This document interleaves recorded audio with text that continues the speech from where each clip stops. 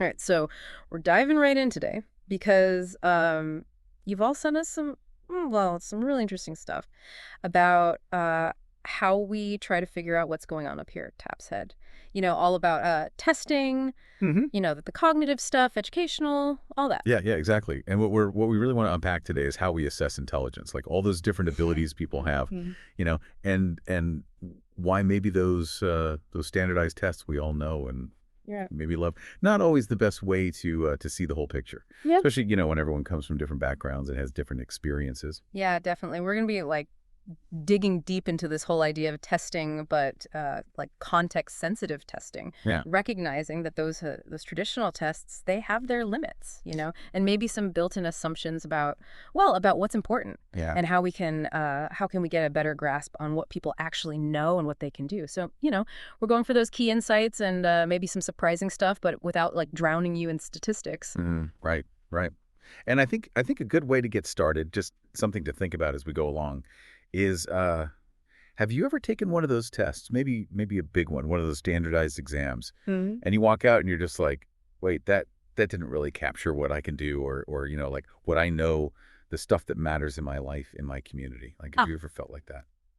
It's funny you say that because we're going to start by looking at this idea of culture fair tests. It's kind of a funny concept when you think about it, because for the longest time, people thought, hey, we can design tests that are totally neutral, not affected by anyone's culture, like pure intelligence. And there are some famous examples out there, like the Raven progressive matrices or the Cattell culture fair intelligence tests. And I think it's important to acknowledge that those tests, they came from a good place, right? People wanted something universal, something that could tap into what they believed were these like core reasoning abilities, stuff that wasn't about specific facts or knowledge you learn in a particular culture. Yeah, it makes sense. But then comes the Flynn effect, which is basically researchers realizing that scores on those culture fair tests, they were actually going up over time, like across generations in lots of different places. And the really interesting thing is that those increases, especially in those abstract reasoning skills the tests were supposed to measure, they seem to be connected to things like access to education, maybe even just how we think in a more complex world with so much information coming at us all the time. So it really made people rethink this idea of a test that's completely untouched by your environment. It's kind of like how your own voice is normal to you. You don't hear an accent, right? But then you hear someone else and boom, there's an accent. It's hard to see those assumptions we all carry, those cultural, lenses. And turns out it's the same with designing tests. What seems neutral to one group can be anything but for another group. Right. And if even those attempts at creating these super neutral tests are still, shaped by culture, it really makes you wonder, how do we even begin to assess intelligence fairly when everyone has such different backgrounds? Well, one way to think about it, and I think it's a really useful way, is to think about intelligence as being about adaptation. Like how well you can adapt. Like Robert Sternberg and Scott Kaufman, they define intelligence as, quote, the ability to adapt to the environment, end quote. And what that does is it really shifts our perspective. Instead of thinking of intelligence as like this fixed thing, you either have it or you don't, it becomes about how well you can meet the challenges of the world around you. You know, Yeah. And it becomes super obvious when you picture this. Imagine walking into a room, right? It's a test of adaptive abilities, and they hand you a Remington 700 rifle, 3 hours, go hunt. Like, how would you do? right, right. That image really makes you think, okay, what does intelligence even mean here? For someone whose life depends on hunting, that might be the most direct measure of intelligence in their world. It's knowing the land, animal behavior, how to use the rifle safely and effectively. It's complex problem solving. Totally. And then you compare that to someone who grew up in a city, right? That hunting test is totally irrelevant to their day-to-day life, the skills they've had to develop. For them, intelligence might be like navigating the subway system or coding a website, something like that. And the research shows this playing out in all kinds of settings, right? Think about the skills you need to gather food in some communities, or the incredible knowledge of herbal medicines used for healing. Researchers, people like the Laboratory of Comparative Human Cognition, Serpell, Sternberg, they've all pointed this out. And There are still, communities all over the world, even here in the U.S., living outside mainstream society where these skills are like essential for survival. So it makes you think of, about your own life, your own skills. What are the things that are really valued where you live in your community? And they might be totally different from what's on some standardized test, right? Yeah, yeah, absolutely. And this brings us to the idea that cognitive skills are culturally relative. Like what counts as intelligent behavior and how it's expressed, it varies across cultures. Hmm. John Berry was one of the first researchers to really emphasize this. And there are some really fascinating examples of this in the research, like Sir Pell's work in rural Africa. He found that when you actually look at the skills kids have developed in their own culture, their abilities they're way more impressive than what traditional tests would show. It's easy to miss those skills, right? If we're only using a Western lens. And we see the same thing in Sachs's work in Papua New Guinea. Kids there had this really sophisticated understanding of math, but it was all related to their everyday activities. It wasn't the kind of math you'd see on a standardized test. And this pattern keeps popping up. Like Nunez and his colleagues, they showed how Brazilian street children developed these complex math skills for their work, to survive. But they didn't do well on school-based math tests. Their intelligence was showing up in a different way. Right. And Lov's study of housewives doing complex calculations at the supermarket, getting the best deals, but then they struggle with those same math problems in a classroom setting. It shows how much context matters, like how we use our reasoning skills. And there's Barbara Rogoff's work too, along with Greenfield and others. They found that Mayan children were like mastering really complex environmental skills. Skills that lots of Western middle-class kids wouldn't have, like weaving or understanding the agricultural cycles, things they learn through observation and participating in their communities. Yeah. And Guavain's work, that also shows how our social and cultural environment, it shapes how we perform, Yeah. especially in educational settings. And I think the broader point here, something that people like Rogoff, Cole, Lave, Greenfield, they all emphasize, is the importance of looking at cultural practices, focusing on people's strengths. Mm. In many indigenous communities, collaboration, learning from each other, that's key to how they solve problems. It's a different approach than that individualistic focus that's so common in Western education. So thinking about all this, it's like, what are the skills, the knowledge that's valued in your community, in your social circles, the stuff that might be completely missed by those standard assessments? It's worth thinking about. It really is. And I think a good way to tie a lot of these ideas together is to look at Sternberg's theory of successful intelligence. Yeah. It gives us a really helpful framework for thinking about intelligence in a broader way, in a way that's more sensitive to culture. Okay. So what's the main idea behind it? This successful intelligence. So basically, successful intelligence is about how well you can adapt to your current environment, but it's also about your ability to shape that environment when you can, Hmm. and even to choose a new environment if you need to, all while using your strengths, Right. and compensating for any weaknesses you have to achieve goals that are meaningful to you, but also goals that benefit society, what Sternberg called pro-social goals. So it's much more than just like getting a good score on a test. Oh yeah, definitely. The theory really highlights that those societal measures of success, they're just averages, right? They might apply to some people, but not everyone. And they shouldn't be the only way we judge intelligence. Sternberg's argument is that education should help students figure out what they value, what they see as success, and understand that there isn't just one definition for everyone. I like that.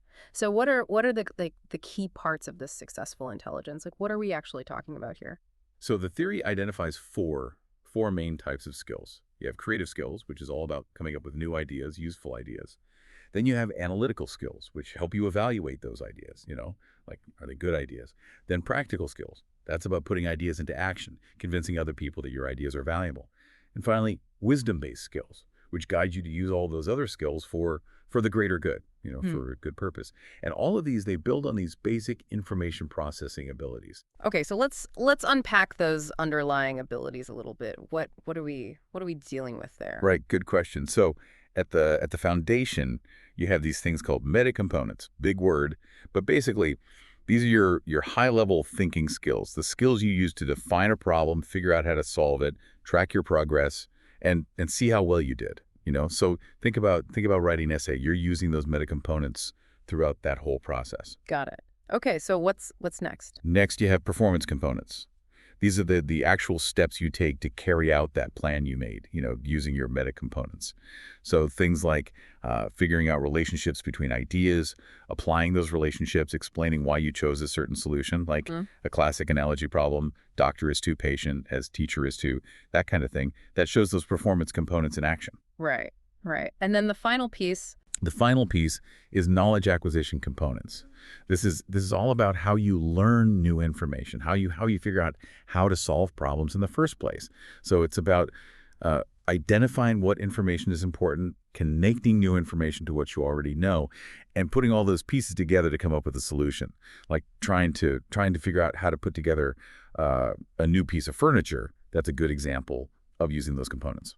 Okay, so Sternberg's theory, it gives us this framework, right, with these different types of intelligence and those underlying processes. How does this help us understand those cultural differences we were talking about earlier? Well, Sternberg actually, he proposed 4 different models for how this theory could be applied across cultures. The first one, Model I, it's often associated with Jensen's work, and it suggests that intelligence is basically the same everywhere. So we can use the same tests in different cultures, we just translate them into different languages. Right, which sounds like the traditional approach we've been kind of questioning, right? Exactly. Then you have Model 2, which aligns more with Nisbet's ideas. Hmm. And it suggests that, yeah, maybe the fundamental nature of intelligence is different across cultures. But the way it shows up and the tests we use, those can still be the same. The idea being that the same test might tap into different thinking patterns in different cultural groups. Okay, interesting. So what about Model 3? Model 3, this is the one that Sternberg himself supports, and it says that the basic dimensions of intelligence, those creative, analytical, practical, and wisdom-based skills, along with those underlying components, they are the same across cultures.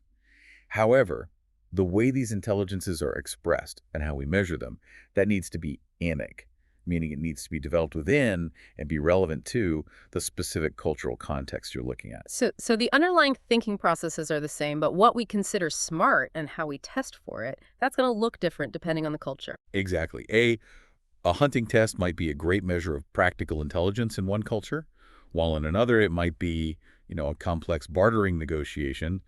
The fundamental ability to adapt, it's there in both cases, but it's expressed differently and needs to be assessed in a culturally appropriate way. Got it. Okay, and what's the fourth model? Model 4, this is the most extreme view, is that both the tests we use and the very definition of intelligence itself, they differ across cultures. So this model, it's associated with researchers like Berry, Saracen, and Doris, and they argue that intelligence it's so deeply tied to culture that there's really no common ground for comparison. So to clarify, Sternberg's Model 3, it's saying that we all think in similar ways, but what we think of as smart and how we measure it, that varies from place to place. Yeah, that's it. The thinking processes are universal, but how they show up and how we assess them, that's culturally specific. And that's why it's so important to be careful about just using Western tests in completely different cultural contexts. Right. And this really highlights the limitations of those traditional tests we were talking about, the SAT, the ACT, Yeah.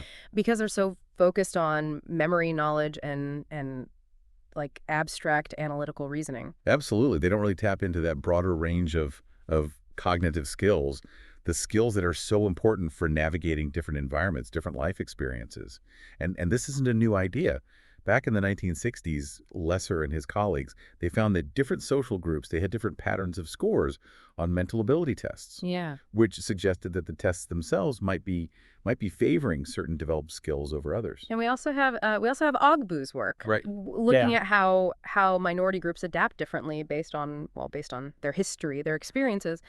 Right. The history of a group can really influence, their strategies for adapting, Hmm. the skills they come to value. And even going back further, Cronbach, back in the 1950s, he called for kind of merging of experimental and psychometric psychology, recognizing that we need to connect the study of basic thinking process with how we measure individual differences. Hmm. And that includes understanding the cultural influences on what's needed to adapt. And wasn't Gardner's theory of multiple intelligences, wasn't that another attempt to broaden our understanding of It intelligence? was. It definitely was. Gardner proposed this wider range of intelligences, things like musical intelligence, spatial intelligence, Mhm. interpersonal skills.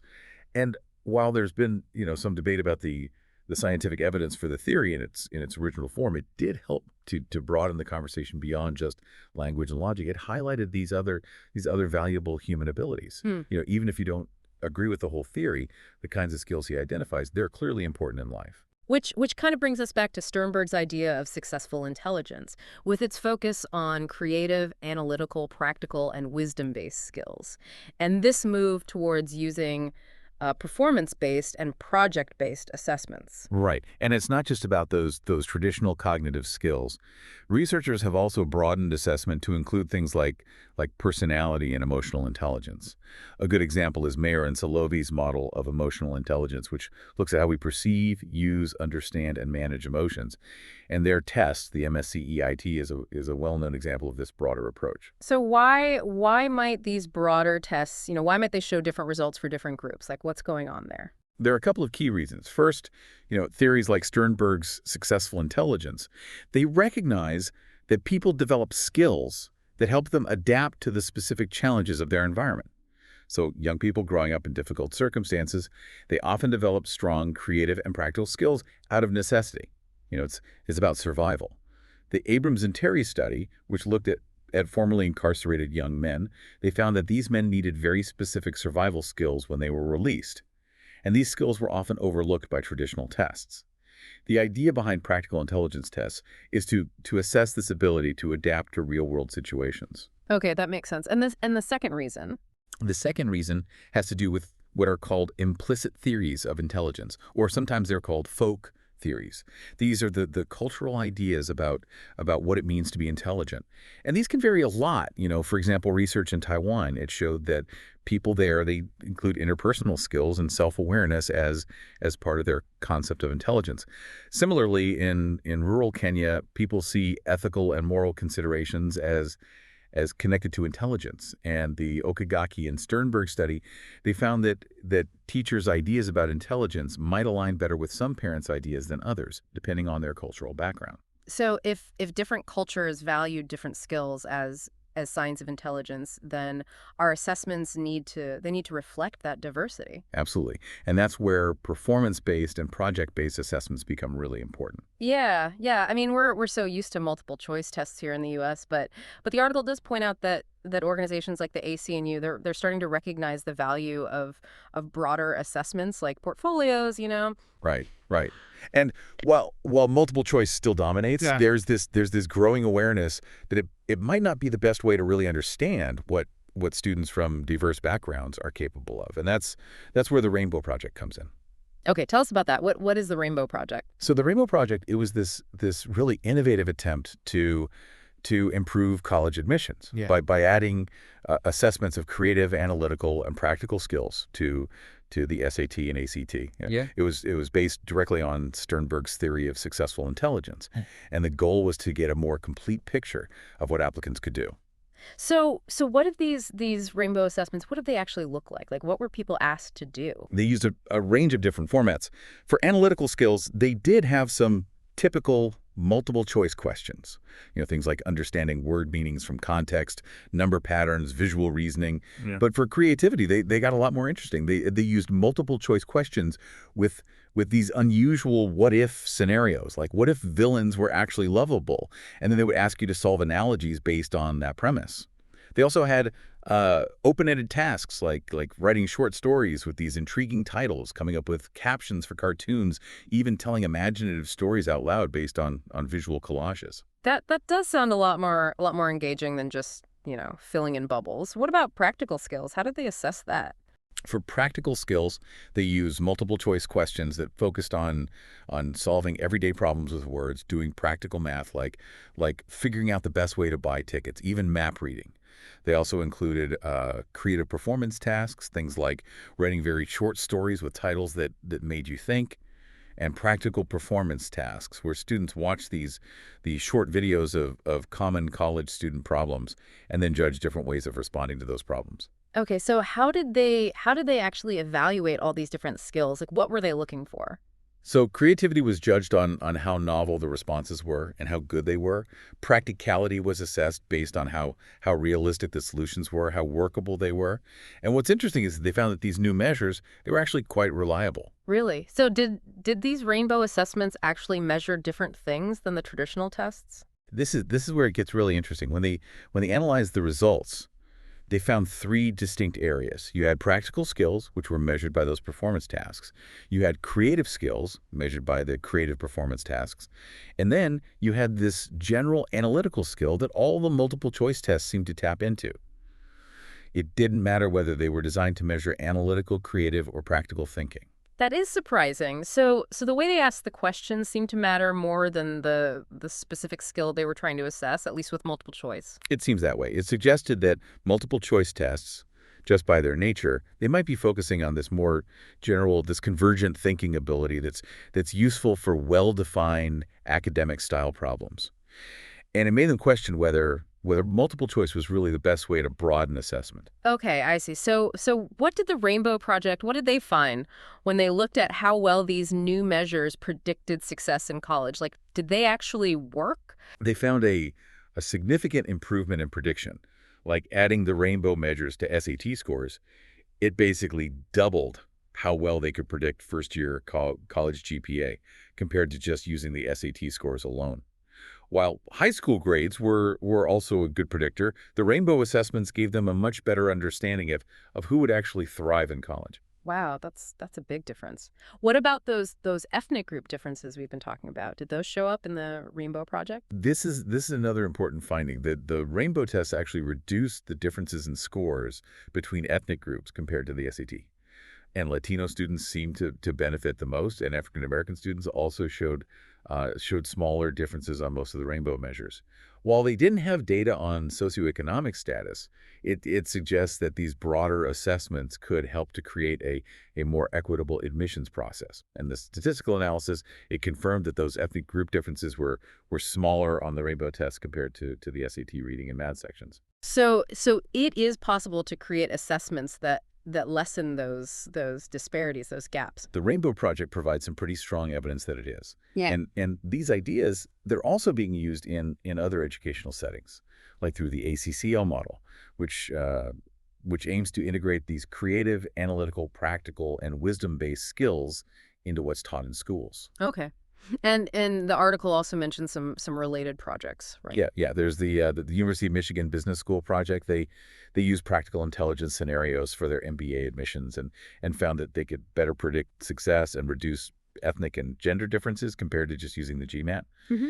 And then there's Stemler and his colleagues. They found that adding creative and practical questions to AP Physics, Psychology, and Statistics exams, it actually made the tests better at measuring what they were supposed to measure. And it also reduced those ethnic group differences. So this all sounds really promising for regular classroom testing, but what about those really high stakes situations like college admissions where there's so much pressure? That's where Project Kaleidoscope at Tufts University comes in, right? Exactly. Kaleidoscope, they took these ideas and they actually applied them in the real world of college admissions. So they made these optional essay-based questions part of the application. And these essays were designed to assess wisdom, analytical, practical, and creative intelligence. Okay, so optional essays, that's an interesting approach. What kind of questions did they ask? They were designed to tap into those different intelligences. So for creativity, they might have prompts like the end of MTV or confessions of a middle school bully. Or they might even ask students to imagine like alternative historical events or design a new product and its advertisement. For practical thinking, they might ask how the applicant had successfully persuaded others of an idea that wasn't popular. And for wisdom-based thinking, they asked students to reflect on a passion they had in high school and how they could use it to contribute to the greater good. Okay, that's really interesting. So how did Tufts actually evaluate these essays? Like, what were they looking for? They used criteria that aligned with Sternberg's theory. So for creativity and practicality, they looked at the quality of the ideas and how feasible they were. For analytical thinking, they focused on how well organized, how logical, how balanced the essay was. And for wisdom, They assessed how much the essay showed a concern for the common good and ethical values. And it's important to remember that these essays, they were just one part of a larger application review. They also considered things like creative portfolios and any awards students had received. So did actually writing those essays, did that actually help students get into Tufts?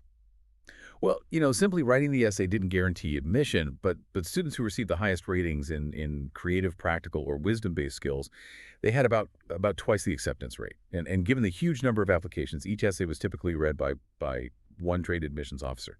But they did have systems in place to check for consistency in ratings. Okay, and what were the overall results of Project Kaleidoscope? Did it change the kind of students who were admitted, or the academic strength of the incoming classes? That's a good question. And what's interesting is that the academic qualifications of the students admitted, they actually increased slightly after Kaleidoscope was introduced.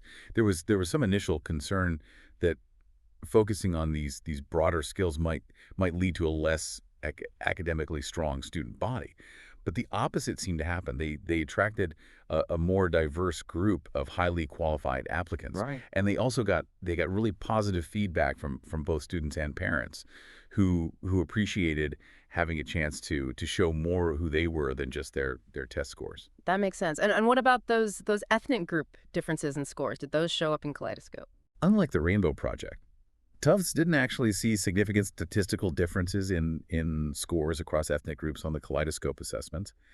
And maybe even more notably, after years of relatively stable application numbers from underrepresented minority groups, they saw an increase in applications and admissions from African American and Latino American students after Kaleidoscope was implemented. Although they can't say for sure that it was the direct cause. But the fact that these essays didn't show the same ethnic group disparities as standardized tests, it's certainly suggestive. So Kaleidoscope is suggesting that it is possible to both improve the academic quality and the diversity of a college's incoming class by looking beyond those traditional standardized texts. That's a key takeaway, I think. And it also communicated to prospective students that Tufts valued a wider range of skills than just those measured by standardized exams. Okay, so all these projects, they give us a lot to think about in terms of how we understand cognitive skills. But the article also looks at directly measuring adaptive skills in different cultural settings. Yeah, definitely. Traditional intelligence tests, they try to predict how well someone will adapt. But the demands of our environments are always changing. Think about how technology has influenced like IQ scores over generations, as James Flynn has discussed. But having a high IQ in a traditional sense doesn't automatically give you those context-specific skills, like knowing how to hunt effectively. And this brings us to Luria's early work, right? Looking at intelligence across different cultures, which really showed how the assumptions baked into those tests, they can be very culturally specific. Yeah.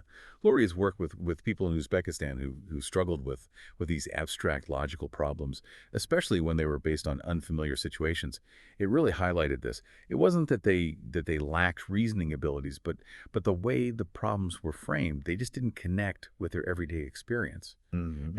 And researchers like Cole and his colleagues, they also found that the Capel people, they were experts in measuring rice, a skill that most of us wouldn't even think about. People develop expertise based on what's important in their cultural context. And the study with the Luo children in rural Kenya that really illustrated this, right? With their incredible knowledge of herbal medicines. Yeah, that study was fascinating. These children, they had this deep understanding of local herbal remedies for common illnesses, which is, it's vital for their health and survival. But what was really surprising was that they found a negative relationship between this practical knowledge and their scores on traditional vocabulary tests and measures of abstract reasoning. Whoa, that's unexpected. Why might that be? Well, the researchers proposed that children who were particularly skilled and knowledgeable about these traditional practices, they might be more likely to be apprenticed in those skills, which would take them away from formal schooling. So there might be this trade-off between developing the practical knowledge that's valued in their community and the academic knowledge that's measured by Western-style tests. Right. So it's like different kinds of cultural capital are being valued in different settings. Exactly. The Kenyan children, they possess this form of cultural capital that was highly valued locally, but not by those standardized tests. And this isn't just something that happens in developing countries. You know, Hmm. even in Western cultures, more formal education doesn't always lead to greater financial rewards. Hmm. Think about entrepreneurs who might hire people with PhDs at lower salaries than they themselves earn. Right, right. So it reinforces that idea that what counts as success, it can be very different for different people, for different communities. Exactly. And the study with the Yupik children in Alaska, that Yeah. that provides another great example. Their incredible ability to navigate using dog sleds across what looked like a completely uniform landscape to outsiders, it's essential for their survival. But it wouldn't be captured by a standard IQ test. Yeah, that example about knowing that a ptarmigan with a full front pouch means a storm is coming, that's so telling. Like that's crucial information in a hunting gathering society. But for most of us, it's totally irrelevant. But here's the thing, the underlying cognitive processes involved in solving that practical problem, Yeah. noticing details, making connections, predicting outcomes, those are the same processes used in academic problem solving. The difference is the specific knowledge and the context. Hmm. And what they found in that study was that while urban Alaskan students, they did better on those conventional tests, the Yupik students, they outperformed them on tests of adaptive knowledge. And that practical knowledge, it was a better predictor of hunting skills. Again,